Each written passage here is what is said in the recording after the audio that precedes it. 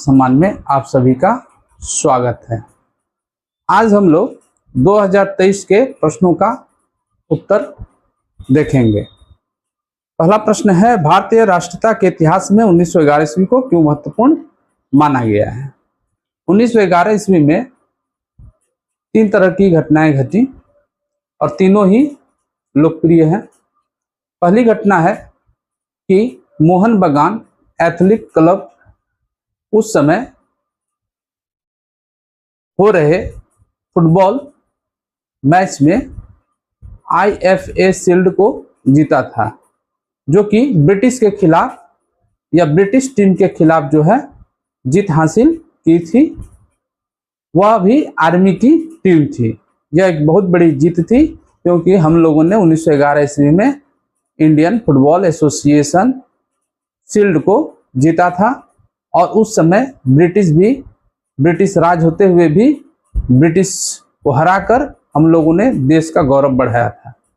दूसरा है कि 1911 ईस्वी में ही हमारे बंगाल का विभाजन किया जा रहा था, तो उस विभाजन को 1905 से शुरू किया गया था और 1911 में जाकर इसको रद्द कर दिए जॉर्ज पंचम।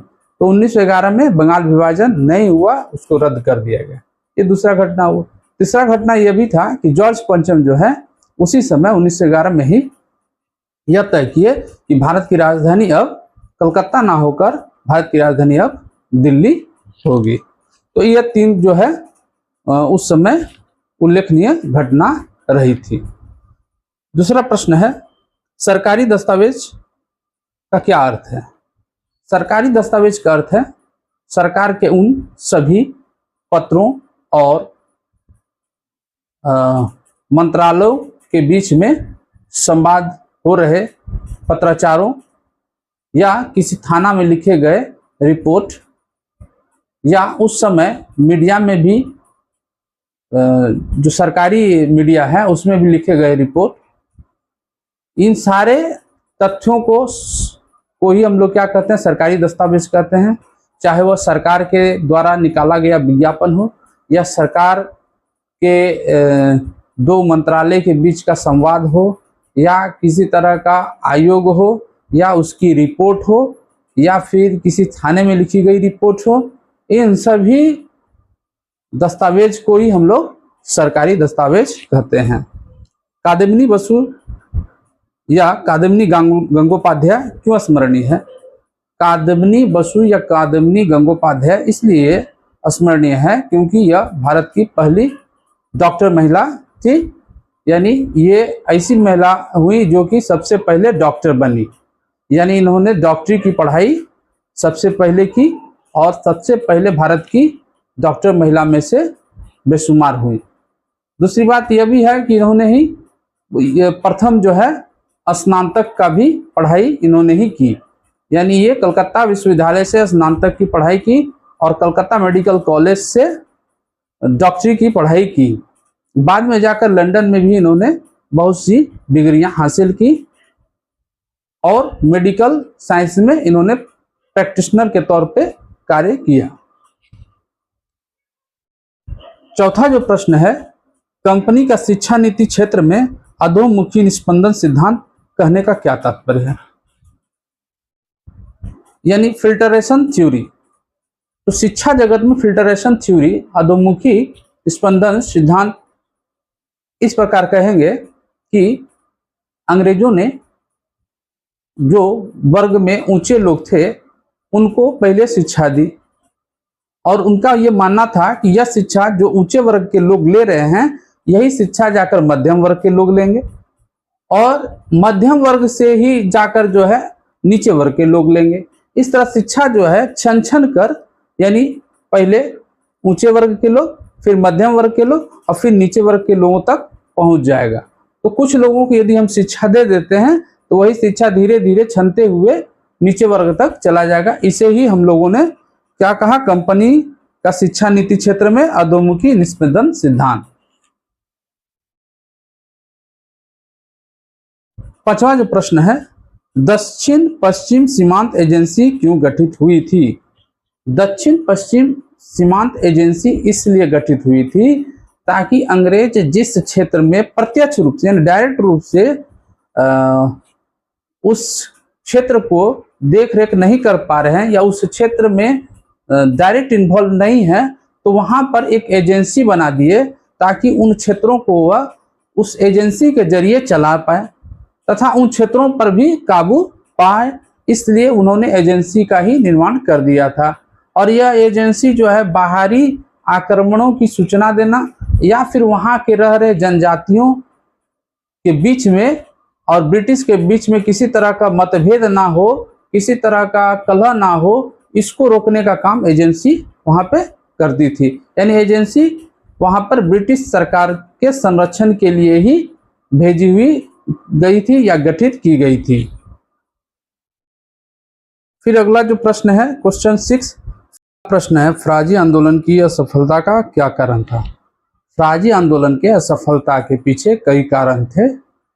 हाजी शरीयतुल्लाह इस आंदोलन का नेतृत्व किए थे और इसका मूल मकसद था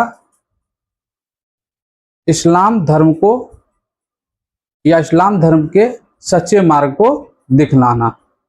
और इसमें शुद्धिकरण की बात की कही गई थी, जो कि विभिन्न धर्मों से जो है इस्लाम में विभिन्न धर्मों के संस्कृति जो प्रवेश कर रही थी, उन संस्कृतियों को रोककर इस्लाम धर्म की संस्कृति को शुद्धता की ओर ले जाना ही इस फराजी आंदोलन का कर्तव्य था।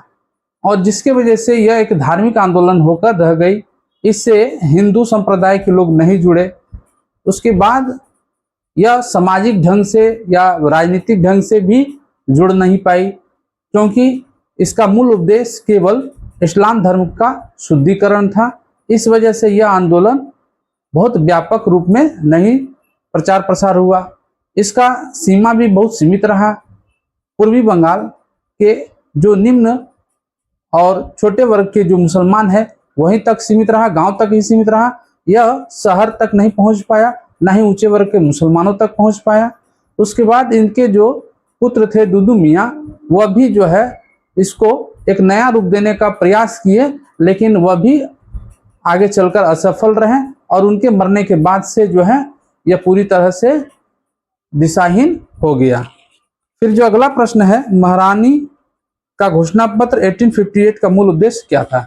महारानी का घोषणा पत्र का मूल उद्देश्य था कि भारत में ईस्ट इंडिया कंपनी को समाप्त कर देना और क्राउन की सरकार को चालू करना। यानी अब ब्रिटिश पार्लियामेंट से सीधा इसका संपर्क हो गया। दूसरी बात यह थी कि यहाँ पर धार्मिक और सामाजिक रूप से जो भी बाधाएं पहुंच रही थी, उन बाधाओं को दूर किया गया और स्वतंत्रता दी गई। प्रशासनिक कार्यों में बहुत से ऐसे नियम कानून थे जो कि भारतीयों के अहित के कारण बने हुए थे।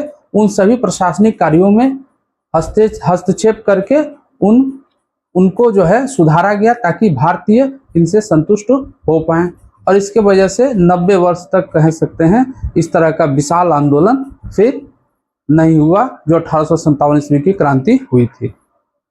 नेक्स्ट अगला जो प्रश्न है, जमींदार सभा एवं भारतीय सभा में दो अंतर लिखिए।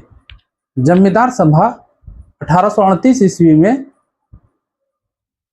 संगठित होकर जमींदारों ने एक सभा बनाई और इस सभा का मूल उद्देश्य या हित था जमींदारों की रक्षा करना। यानी जमींदारों लोगों की जो है रक्षा करना ही इसका मूल उद्देश्य था। इससे कोई जनसाधारण लोग नहीं जुड़े हुए थे, सभी जमींदार वर्ग के लोग ही इनसे जुड़े हुए थे और ये लोग अस्थायी बंदोबस्त की जो है आलोचना किए थे और विरोध भी किए थे। वहीं पर यदि हम लोग भारतीय सभा की देखें तो भारतीय सभा की स्थापना सुरेंद्र नाथ बनर्जी ने 1876 ईस्वी में की और इनका मूल उद्देश्य था जन जन तक राजनीति को पहुंचाना और जन जन को इस सभा से जोड़ना, ताकि भारत के ब्रिटिश के खिलाफ, भारत में हो रहे ब्रिटिश के खिलाफ जो है जन आंदोलन करना और जन जन की जो भी समस्याएं रही हैं उन सब को समस्या को समाधान करना ही भारतीय सभा की एक मूल उद्देश्य रही। लेकिन वही जमींदार सभा की यदि बात करें तो वह एक विशेष वर्ग तक ही सीमित रहा, यानी जमींदारों तक ही सीमित रहा। इसलिए इन दोनों में काफी अंतर है, समय को लेकर भी अंतर है और मकसद और उद्देश्य को लेकर भी अंतर देखा गया है। धन्यवाद।